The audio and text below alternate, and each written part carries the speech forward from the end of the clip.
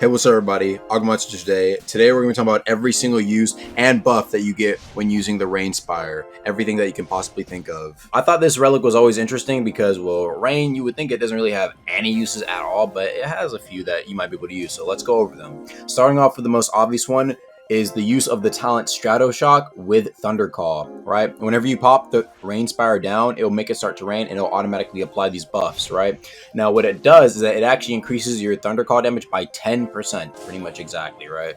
So if I'm doing 50 damage with a Grand Javelin, it instead does 55. Pretty simple. Now, if you didn't know, there's actually another attunement that can actually get buffed by this as well.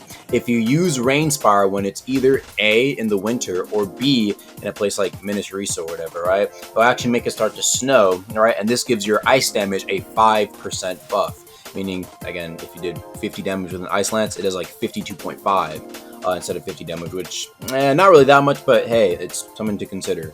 Now, the really big buff, and I think the biggest one, is actually what happens to Storm and Stormbreaker, right?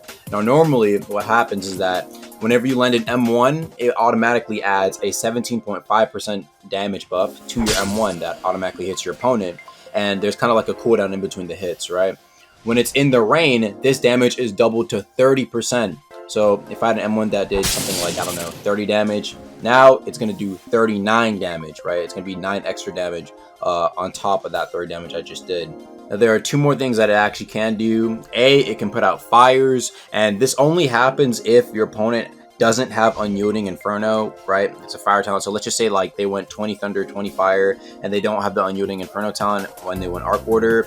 If you have the Rain Spire down, the fire will automatically get put out. And so I guess you have a few uses there for that. And then depending on the area, you can actually spawn in Acid Rain. That's right. So it's kind of weird how it works, but basically in certain areas of the map, it will automatically spawn Acid Rain no matter what, right? So for example, that area at Orisia where the towers are at, if you place down a Rain Spire, pretty much every single time it will always spawn in Acid Rain no matter what. It will never spawn in regular rain.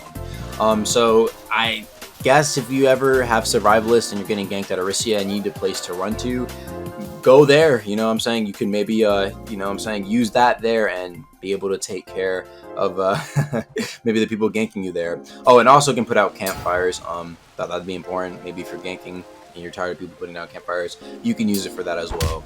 Anyway, I think that covers pretty much all the uses. You know, maybe you could use it if you have like the crazy slots, you know, burn variant, and you want it to automatically put out the fire there too. There's just a lot of pretty good uses in my eyes for what you can use with the Rain Spire, depending on your build. It's very niche, but I kind of think it's cool that it gives specific buffs. That's all I wanted to say, guys. I'm seeing you guys later.